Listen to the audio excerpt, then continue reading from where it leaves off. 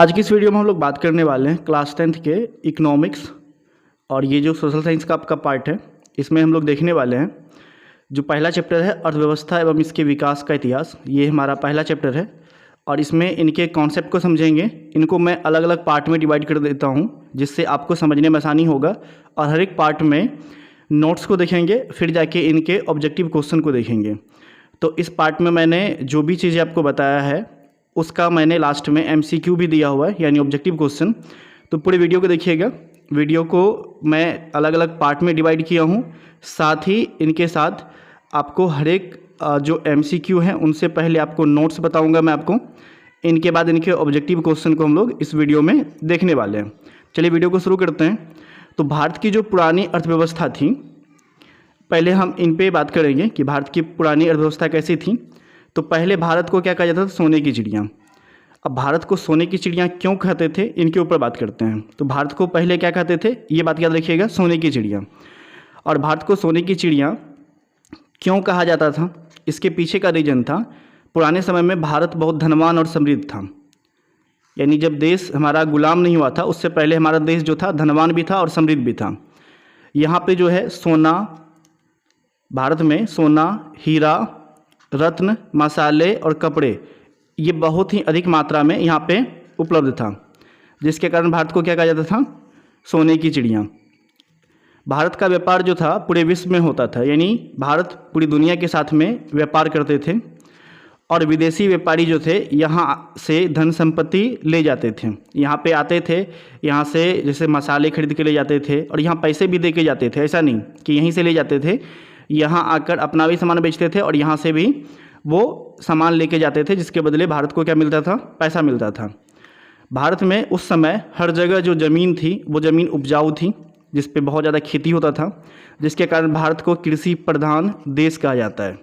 ठीक है, भारत में आज भी यहाँ की जो धरती है, ज़मीन है, काफ़ी ज़्यादा उपजाऊ है, जिसकी वजह से लोग खेतीबाड़ी करते हैं और इन्हीं के कारण कृषि प्रधान देश कहा जाता है। तो यहाँ की ज़मीन जो थी उपजाऊ थी, जीवन लोगों का खुशहाल था और हमारी जो संस्कृति है वो काफ़ी ज़्यादा समृद्ध थी। जैसे भारत में अलग अलग राज्य है, अलग अलग राज्य के अलग अलग संस्कृति है और यहाँ नहीं, एक ही राज्य में अलग अलग संस्कृति देखने को मिलेगा। जैसे कहा जाता है जैसा देश वैसा भेष, बट अपने राज्य में ही अलग अलग संस्कृति देखने को मिलती है। तो पूरे भारत में अलग अलग टाइप की संस्कृति थी और वो संस्कृति बिल्कुल समृद्ध थी। और ये बात हम कब का कर रहे हैं? जब हमारा देश गुलाम नहीं हुआ था उस समय। आसान भाषा में अगर हम समझें कि भारत को सोने की चिड़िया क्यों कहते हैं, तो भारत को सोने की चिड़िया इसलिए कहते थे क्योंकि भारत अमीर था। यहाँ पे इतनी दौलत और संसाधन थे कि जैसे एक चिड़िया के पंख कैसा हो, सोने के जैसा, जिसके वजह से भारत को सोने की चिड़िया कहते थे। और बच्चे जो होते हैं उनको दिमाग में लगता है कि भारत के अंदर ना सोना काफ़ी था या सोना का चिड़िया था। ऐसा नहीं, भारत बहुत अमीर था जिसकी वजह से इसको सोने की चिड़िया कहते हैं। अब सोने की चिड़िया कहते थे, इसके लिए बहुत सारे पॉइंट्स हैं। उस पॉइंट्स को याद रखने का एक टेक्निक है। जैसे सोनू हीरा मसाला की खेती और व्यापार करता था। याद रखिएगा कि भारत को सोने की चिड़िया क्यों कहते थे, इसके लिए टेक्निक याद रखिएगा। सोनू जो है हीरा मसाला की खेती और क्या करता था? व्यापार करता था। अब सोनू का मतलब क्या है? यहाँ पे सोना, भारत में बहुत सोना था।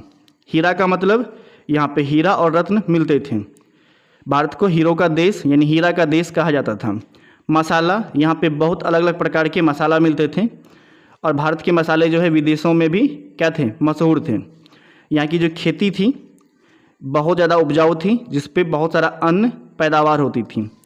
अब व्यापार का मतलब विदेशों से व्यापार होता था, भारत से पूरी दुनिया में व्यापार होता था, जैसा कि मैंने बताया, जिसके कारण भारत को सोने की चिड़िया कहा जाता था। तो भारत को सोने की चिड़िया क्यों कहते थे? क्योंकि भारत में बहुत ज़्यादा सोना था, हीरा रत्न था, मसाला था, यहाँ की खेती उपजाऊ थी और भारत विदेशों के साथ व्यापार करता था, जिसके कारण भारत को सोने की चिड़िया कहा जाता था। और अगर कोई देश में इतना चीज़ हो तो वो देश क्या होगा? धनवान होगा। इस तरह से याद रहना चाहिए हमें कि भारत सोना हीरा मसाला खेती और व्यापार के कारण भारत को क्या बोलते थे? सोने की चिड़िया। अगर आपसे पूछे कि भारत को सोने की चिड़िया क्यों कहते हैं, तो बोलेंगे भारत में सोना हीरा मसाला खेती और व्यापार होता था, जिसके कारण भारत बहुत ज़्यादा अमीर देश था। इसी कारण भारत को सोने की चिड़िया कहते थे। अब बात करते हैं कि भारत पे जब अंग्रेज आए तो ये कितने साल तक हमारे देश पे राज किया। तो भारत ने सबसे पहले क्या किया, अंग्रेज़ों ने क्या किया, भारत पे कब्जा किया और लगभग वो 200 साल तक भारत का शोषण किया। क्योंकि जब भी कोई आपको गुलाम बनाएगा तो वो ऐसा थोड़े है कि आपका प्रॉफिट देखेगा, वो अपना प्रॉफिट देखेगा, आपका स्थिति कुछ भी हो उसको कोई मतलब नहीं, वो सिर्फ अपने बेनिफिट के बारे में सोचेगा। तो भारत को किसने अपना गुलाम बनाया था? अंग्रेज़ों ने। और जब अंग्रेज़ों ने गुलाम बनाया तो यहाँ पे क्या क्या दिक्कतें पैदा हुई, गरीबी बढ़ गई, बेरोजगारी बढ़ गई, अशिक्षा बढ़ा और भेदभाव लोगों में बढ़ गया। भेदभाव कैसा? जाति के आधार पे भेदभाव बढ़ गया, ऊंच नीच के आधार पे भेदभाव बढ़ गया, अमीर गरीब के आधार पे भेदभाव बढ़ गया। और यहाँ पे जब वो लोग राज करने लगे, यानी कि भारत को गुलाम बनाया, तो यहाँ पे उन्होंने कोई फैक्ट्री नहीं स्टार्ट किया। ऐसा नहीं कि यहाँ पे आके वो क्या कहते हैं हमारे देश के लिए बहुत अच्छा काम किया, कोई फैक्ट्री स्टार्ट नहीं किया। जो भी काम धंधा था वो भी क्या हुआ, बंद होने के कगार पे पहुँच गया। भारत में जो भी चीज़ें होती थी सारा का सारा बंद होने पे पहुँचते गया। तो आज़ादी के बाद भारत को फिर से मजबूत बनना था। जब भारत आज़ाद हुआ तो भारत कब आज़ाद हुआ? 15 अगस्त 1947 को। तो जब हमें आज़ादी मिली लगभग 200 सालों के बाद, तब जाके हमारे पास एक और समस्या था। वो समस्या ये था कि भारत को फिर से मजबूत बनाना था। और अगर कोई 200 साल तक आपका शोषण करते रहे और उसके बाद आपको दोबारा से अपना अर्थव्यवस्था यानी देश का जो पैसा रुपया, आपका जो व्यापार है, इन सबको ठीक करना है तो बहुत ज़्यादा समय लगेगा। तो हमारे पास जो था अर्थव्यवस्था बनाने की एक चुनौती थी कि हमारा मजबूत अर्थव्यवस्था बने तो बने कैसे। चलिए आगे बात करते हैं। अंग्रेजी शासन का हमारे देश पे असर क्या हुआ? जब भारत अंग्रेज़ों ने शासन किया तो इनका असर हमारे देश पे क्या हुआ? सबसे पहले याद रखिएगा, भारत को अंग्रेज़ों ने अपना उपनिवेश बनाया। उपनिवेश शब्द का मतलब होता है गुलाम देश, ठीक है। जब भी उपनिवेश शब्द का इस्तेमाल होगा तो समझ लीजिएगा कि जो भी देश उपनिवेश है, यानी भारत उपनिवेश था किसका? अंग्रेज़ों का। तो भारत गुलाम देश था और अंग्रेज़ों ने भारत पे राज करने के लिए जो नीति अपनाई वो कैसा था? फूट डालो और राज करो। आज भी देखते होंगे आप समाज के अंदर में कई लोग ऐसे होते हैं जो उसके किसी के परिवार में 2 भाई के बीच में फूट डाल देते हैं, इसका शिकायत उसके पास, उसका शिकायत इसके पास। तो अंग्रेज़ों ने भी वही नीति अपनाया था क्योंकि उसको पता था कि भारत के लोगों के बीच में जो संबंध है बहुत ज़्यादा अटूट है। ये लोग विदेशी को भी मेहमान मानते हैं, तो अपने देश के लोगों से कैसे नफरत करेंगे? एक राजा दूसरे राजा से कैसे नफरत करेगा? तो इनके लिए उन्होंने क्या किया? उनके बीच में फूट डालना स्टार्ट किया और जब फूट डल गया तो फिर उन पे ये खुद शासन करने लगे। ऐसा करते करते पूरे देश के ऊपर में इन्होंने क्या किया? अपना शासन स्थापित कर लिया और भारत को क्या बना लिया? गुलाम बना लिया। अंग्रेजों ने पहले भारत की कृषि के साथ साथ व्यापार उद्योग, अंग्रेज जब नहीं आया था हमारे देश में, इससे पहले हमारा कृषि, व्यापार और उद्योग ये क्या था? काफ़ी अच्छा था। लेकिन जैसे अंग्रेज आए, गुलाम बनाए, इन सब की स्थिति क्या हो गई? खराब हो गई। क्योंकि उनको इनसे कोई मतलब नहीं था। उनको सिर्फ ये था कि हमारे देश से किस तरह से यहाँ से सोना, यहाँ की प्राकृतिक संपदा, यहाँ की संस्कृति को बर्बाद करे और अपना शासन यहाँ पर स्थापित करे। तो अंग्रेज़ों के कारण हमारे देश में क्या क्या असर हुआ? तो खेती पे लोग ज़्यादा निर्भर हो गए क्योंकि काम धंधा सारा बंद हो गया। अंग्रेज़ों को कोई मतलब था नहीं कि यहाँ के लोग कैसे आगे बढ़े।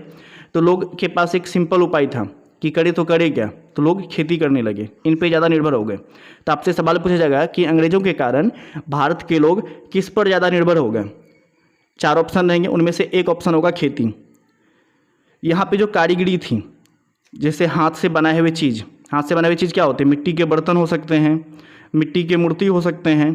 तो जो कारीगरी था और उद्योग था धीरे धीरे क्या हो गया? ख़त्म हो गया। ये अंग्रेज़ के आने के बाद ये सारा चीज़ हमारे देश के अंदर ख़त्म हो गया। प्रति व्यक्ति जो आय था लगभग स्थिर रही, कोई बढ़ोतरी नहीं हुई। प्रति व्यक्ति आय का मतलब सपोज करिए, ऐसे समझिए कि आपके परिवार में भारत को गुलाम बनाने से पहले पर दिन का इनकम 200 रुपया था, ऐसे मान के चलिए समझने के लिए। तो अंग्रेज जब आया तो अंग्रेज यहाँ पे 200 साल तक रहा। तो 200 साल में आपका जो प्रति व्यक्ति आय है सब दिन 200 नहीं रहेगा, बढ़ना चाहिए। जैसे समझिए कि आपके परिवार में 2005 में जितना रुपया कमाई होता था, 2005 में जो भी रुपया कमाता था आपके परिवार में, क्या आज 2025 में भी उतना ही कमाता है? बिल्कुल नहीं कमाता होगा, क्योंकि समय के साथ हमारा खर्च बढ़ता है और हमारा आमदनी जो है, इनकम भी बढ़ता है। लेकिन अंग्रेज 200 साल तक रहे और हमारा इनकम कोई में परिवर्तन कुछ भी नहीं हुआ, स्थिर रहा जैसा का तैसा।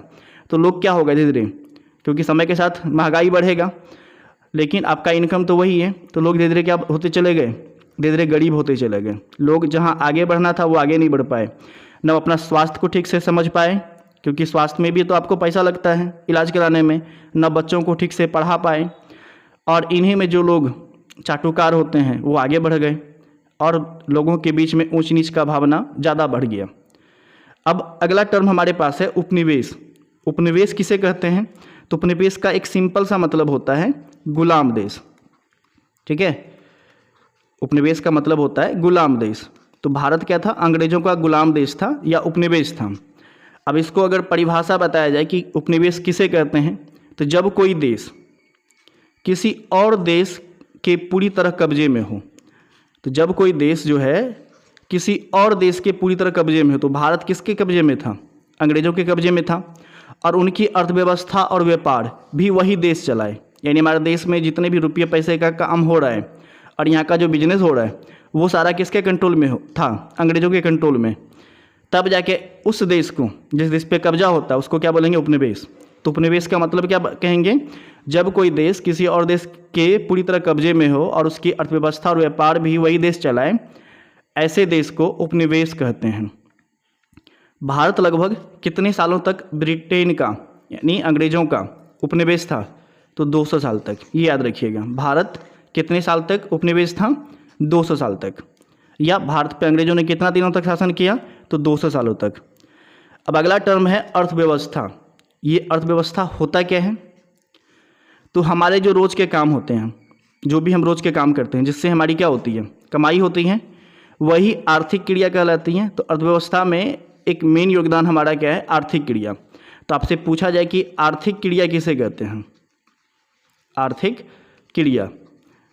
तो आर्थिक क्रिया का मतलब या आर्थिक क्रियाएं, आर्थिक मतलब रुपया पैसा।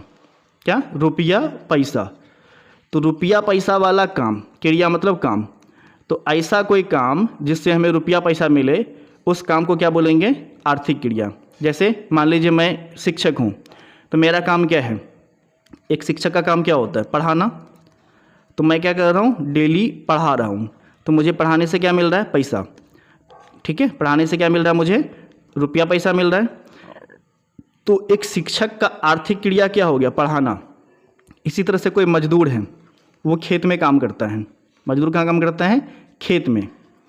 खेत में काम करने को क्या बोलते हैं? खेती बाड़ी या कृषि बोलते हैं। तो उनसे उसको क्या होता है? आमदनी होता है, कमाई होता है। तो जिससे वो कमा रहा है, मजदूर किससे कमा रहा है? कृषि से, खेती बाड़ी से। तो खेती बाड़ी क्या हो गया मजदूर के लिए? यहाँ पे हो गया आर्थिक क्रिया। तो उम्मीद करते हैं आर्थिक क्रिया आप समझ गए होंगे।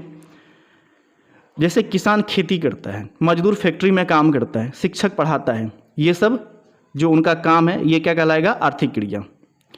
अर्थव्यवस्था क्या होता है? ऐसा सिस्टम जिसमें खेती, उद्योग, व्यापार, बैंक, बीमा, परिवहन, संचार आदि के काम हो, उसको क्या बोलेंगे? अर्थव्यवस्था। अर्थव्यवस्था का मतलब, व्यवस्था का मतलब तो आप जानते ही हैं, मैनेजमेंट। अर्थ का मतलब रुपया। तो रुपया का व्यवस्था जिससे हो, जिस भी काम से रुपया की व्यवस्था होगा, उसको हम बोलेंगे अर्थव्यवस्था। खेती से हमें क्या मिलता है? आमदनी मिलता है, पैसा मिलता है।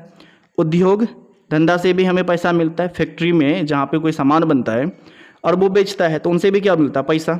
व्यापार क्या हो गया? अगर आप कोई चीज़ का बिजनेस कर रहे हैं, सपोज करिए कोई मोबाइल का कवर बेच रहा है, तो वो भी उसके लिए बिजनेस है। और कोई लोहा बेच रहा है, कोई लोहे से बने हुए सामान को बेच रहा है, तो वो उसके लिए बिजनेस है, तो उनसे भी उसको पैसा मिलता है। अब बैंक से क्या होता है? बैंक वाले हमें सर्विस देते हैं और उसके बदले हमसे भी पैसा लेते हैं, तो बैंक से भी तो आमदनी होता है। तो ये भी अर्थव्यवस्था का पार्ट है। बीमा।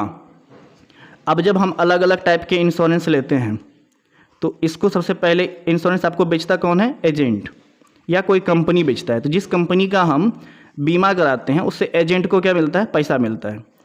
और यहाँ तक कि वो कंपनी भी हमारे से कमाता है, क्योंकि हमें इंश्योरेंस कराने के लिए पैसे देने होते हैं। तो यहाँ तक कि बीमा कंपनी भी कमा रही है, बीमा कंपनी के कर्मचारी भी कमा रहे हैं, और सबसे नीचे लेवल पे जो कर्मचारी होते हैं, एजेंट होते हैं, वो भी जब हम इंश्योरेंस कराते हैं तो उनसे कमाते हैं। जैसे हमारे देश में बीमा कंपनी कौन सा है? LIC है। इसके तरह से SBI का भी है, एक्सिस का भी है। तो ये सारे के सारे इंश्योरेंस कंपनी है। HDFC का भी है, जितने भी बैंकिंग कंपनी है सभी के लगभग अभी इंश्योरेंस सभी बेच रहे हैं, इंश्योरेंस बोले या पॉलिसी बोले, ठीक है। परिवहन में क्या आ गया, कहीं भी आने जाने का साधन। तो जैसे हम लोग बस से कहीं जाते हैं तो बस हमारे लिए परिवहन हो गया। रेलगाड़ी से जाते हैं, हवाई जहाज़ से जाते हैं। विदेशों से व्यापार हमारा किससे होता है, समुद्री मार्ग यानी शिप से, जहाज़ से होता है, पानी वाले जहाज़ से। तो ये सब क्या हो गया, परिवहन। संचार में क्या आ गया आपका, कम्युनिकेशन में जैसे सिम आ गया, यानी सिम यानी टेलीकॉम कंपनी। सोशल मीडिया हो गया, जैसे अभी आप ये वीडियो कहाँ देख रहे हैं, यूट्यूब पे देख रहे होंगे या फेसबुक पे देख रहे होंगे। तो ये सब संचार का साधन है, कम्युनिकेशन का साधन। और ये खुद कमाते हैं और साथ में अगर मान लीजिए आप यूट्यूब पे वीडियो डालते हैं तो आप भी कमाते हो। तो कहीं ना कहीं तो कमाई का बात हो ही रहा है। तो जिन चीज़ों से हम कमाए उनको क्या बोलेंगे, अर्थव्यवस्था। तो अब जाके एक लाइन में आपसे कोई पूछे कि अर्थव्यवस्था किसे कहते हैं, तो बोलिएगा वे सारी चीज़ें जिनसे पैसे हो, वे सारी चीज़ें जिन काम को करके हमें पैसे मिले, उस सिस्टम को हम अर्थव्यवस्था कहेंगे। और अगर आप एक्सप्लेन करके बताना चाहते हैं तो बोलिएगा ऐसा सिस्टम जिसमें खेती, उद्योग, व्यापार, बैंक, बीमा, परिवहन, संचार आदि के काम हो, उसे अर्थव्यवस्था कहते हैं। और अर्थव्यवस्था का एक लाइन में मतलब क्या हुआ, रुपया पैसा का व्यवस्था करना। अब अर्थव्यवस्था का मुख्य काम क्या है, तो लोगों की ज़रूरतों के लिए जो भी ज़रूरत है उसके लिए सामान और सेवा बनाना। जैसे पहले, सबसे पहले मान लीजिए फ़ोन आया, तो फ़ोन हमारी ज़रूरत था, मोबाइल फ़ोन हमारे लिए क्या था, ज़रूरत था। सबसे पहले हमारे पास कीपैड फ़ोन आया ना। तो ये सामान जिसने बनाया वो भी अर्थव्यवस्था का ही काम है। फिर हमें बात करना था, सिम कार्ड आ गया, ज़माना बदला, मोबाइल बदल गया स्मार्टफोन में नहीं। और सिम जो था, जहाँ 2G सिम था, अब हो गया 4G 5G। तो ज़माना के अनुसार क्या हो रहा है, ये चीज़ें बदल रहा है। ज़रूरत के हिसाब से जो सेवा है या सामान है वो बदलता जा रहा है। आज से पहले जो हमारे दादा परदादा जो सामान का इस्तेमाल करते थे, क्या आज हम वो सामान का इस्तेमाल करते हैं, न के बराबर। जैसे सपोज करिए हम लोगों के घर में आटा वगैरह पीसने के लिए जाता होता था। अब आप लोग क्या बोलते हैं नहीं पता, जाता एक होता है जिसमें आटा वगैरह पीसा जाता है। औखली होता है जिसके अंदर में, औखली तो अभी भी समझ में आता है लोगों को, औखली के अंदर कोई चीज़ कूटा जाता है। तो ये हमारे दादा परदादा के समय में इस्तेमाल होता था, यानी कि हमारी माँ के भी समय में इस्तेमाल होता होगा, हमारी माँ और पापा के समय में। लेकिन अभी के समय में हम इसकी जगह पे क्या कर रहे हैं, मशीन का इस्तेमाल कर रहे हैं। उन लोगों के समय में चिट्ठी भेजने का सेवा होता था, आज चिट्ठी न के बराबर होता है। उन लोगों के समय में बैलगाड़ी से लोग जाते थे कहीं, एक तरह से बैलगाड़ी उनके लिए सेवा हो गया। ट्रैक्टर से भी वो लोग जाते थे, आज हम लोग वो सेवा को छोड़ चुके हैं। उन लोगों के टाइम में टेलीफोन का सेवा होता था, आज हमारे समय में हर आदमी के घर में एक फ़ोन है, एक फ़ोन, 2 फ़ोन, 3 फ़ोन, जितने लोग उतने फ़ोन। तो समय बदला और लोगों की ज़रूरत और सेवा भी बदलता गया। तो अर्थव्यवस्था का पहला काम क्या है, लोगों की ज़रूरतें पूरी करने के लिए सामान और सेवा बनाना। इसके बाद दूसरा क्या चीज़ है, अब लोग सामान और सेवा का लाभ तब लेगा ना जब उसके पास रोजगार हो, जिससे पैसा कमाए। तो दूसरा काम है लोगों को रोजगार देना। अब जहाँ सामान बनेगा, जहाँ पे कोई सर्विस दिया जा रहा है, तो वहाँ तो लोगों को रोजगार मिलेगा ही मिलेगा। सपोज करिए किसी फैक्ट्री के अंदर कोई सामान बन रहा है, तो फैक्ट्री में तो मजदूर कारीगर काम करेंगे ही करेंगे। अब कोई मान लीजिए जियो की कंपनी है, तो जियो की कंपनी के अंदर में वो सेवा दे रहे हैं हमें इंटरनेट का और कॉलिंग का, तो जियो कंपनी में भी तो लोग काम करते हैं, तो वो रोजगार दे रहे हैं हमें। तो अर्थव्यवस्था का 2 काम, पहला हमारी ज़रूरत की चीज़ों को बनाना और सेवा देना, दूसरा लोगों के लिए रोजगार पैदा करना या रोजगार देना। अर्थशास्त्री अलग अलग हुए, वो लोग अर्थव्यवस्था को लेकर अलग अलग अपना परिभाषा दिए। जैसे एक अर्थशास्त्री थे, उसका नाम था आर्थर लेविस। आर्थर लेविस के अनुसार अर्थव्यवस्था का मतलब किसी देश का तरीका जिससे वो अपने संसाधन और ज़रूरत पूरी करता है। अर्थव्यवस्था का मतलब क्या, किसी देश का ऐसा तरीका जिससे वो अपने संसाधन और से क्या करता है, ज़रूरत का पूरा करता है, इसको अर्थव्यवस्था कहते हैं। और ये किसने कहा, आर्थर लेविस ने कहा। अब अगला अर्थशास्त्री थे ब्राउन।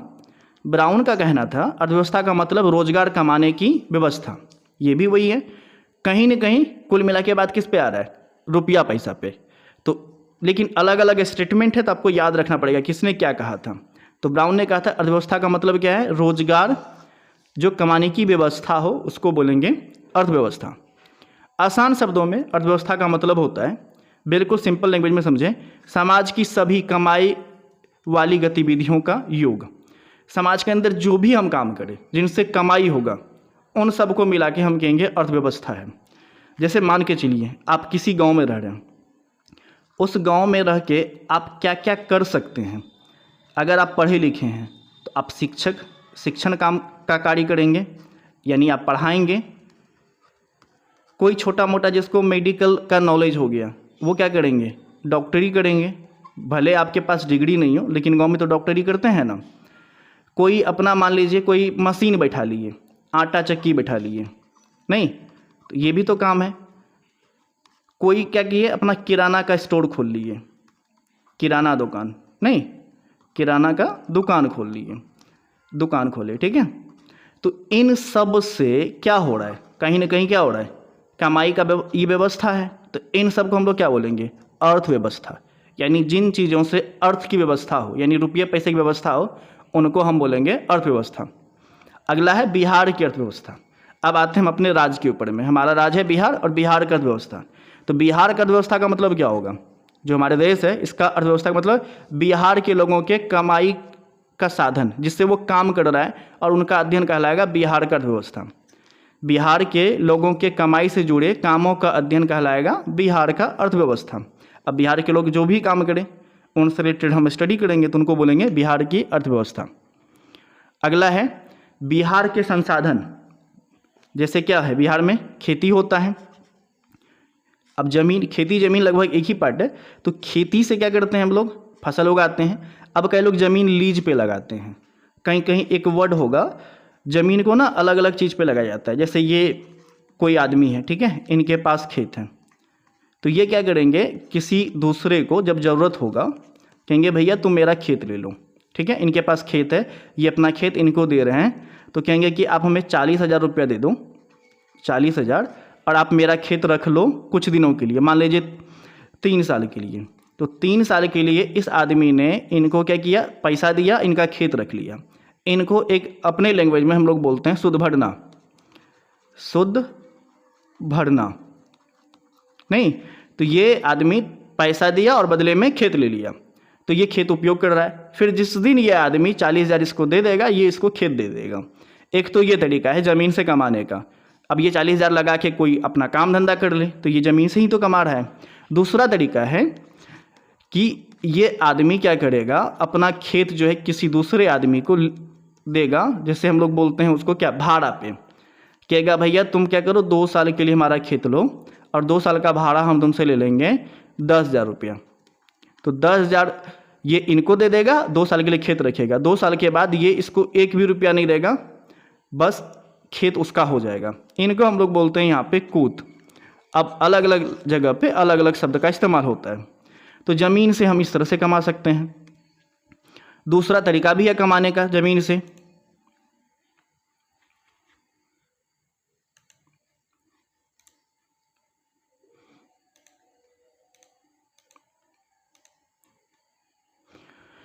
अब दूसरा तरीका क्या है ज़मीन से कमाने का, कि ज़मीन पे आप क्या करिए, कुछ पेड़ पौधा लगा लीजिए।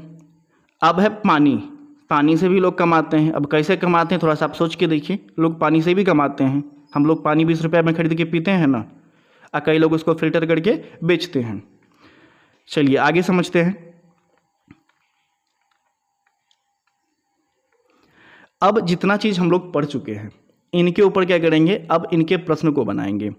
अभी हम लोग क्या पढ़ रहे हैं, अर्थव्यवस्था, और इससे इसका कुछ विकास से संबंधित चीज़ हम लोग पढ़ चुके हैं। तो इनमें जो पहला सवाल है, प्राचीन भारत को प्राचीन समय में किस नाम से जाना जाता था। तो भारत को प्राचीन समय में किस नाम से जानते थे।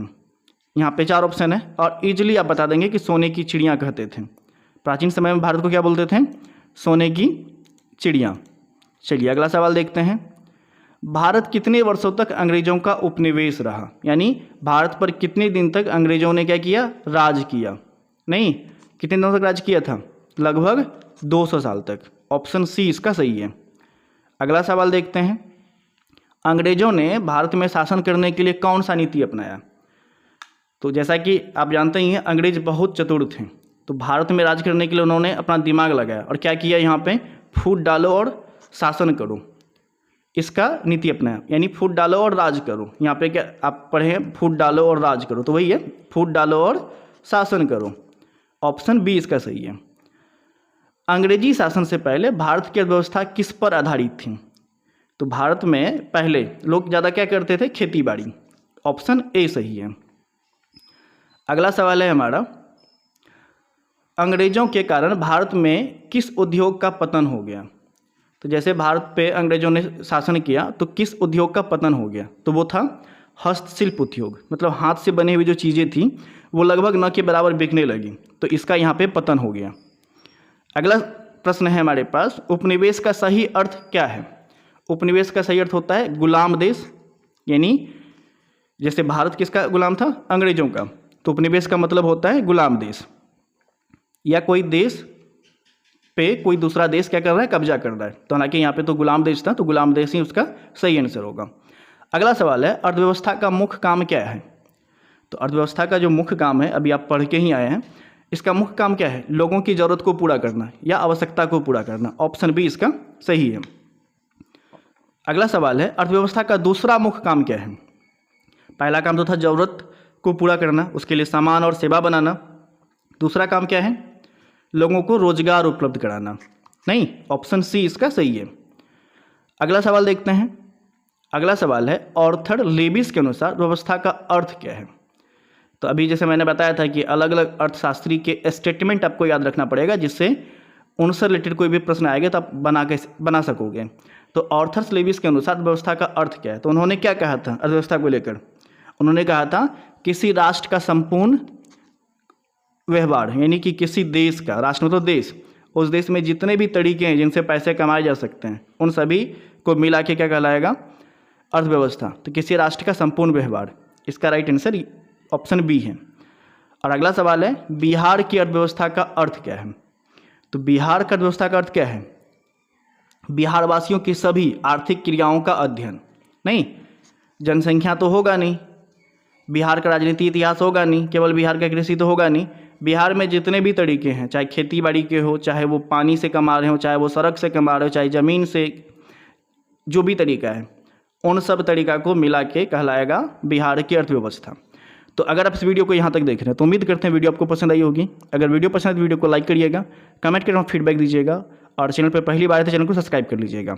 और नेक्स्ट वीडियो में हम इसके नेक्स्ट पार्ट को लेके आएंगे और इस पूरे चैप्टर को इतना आसान बना देंगे कि आप जब नोट्स पढ़ेंगे, इनके बाद ऑब्जेक्टिव प्रश्न को बनाएंगे तो आपको लगेगा कि ये काफ़ी ज़्यादा आसान है। तो इकोनॉमिक्स को मैं आपके लिए ईजी लैंग्वेज में लेके आने वाला हूँ, तो आप सभी वीडियो को देखेंगे तो क्लास 10th का एग्जाम में जब भी आप बैठेंगे तो आपको लगेगा कि ये चीज़ तो हम पढ़ के आए और सिंपल लैंग्वेज में आप लिख सकते हैं। तो मिलते हैं आपसे अगले वीडियो में, आज के लिए इतना ही।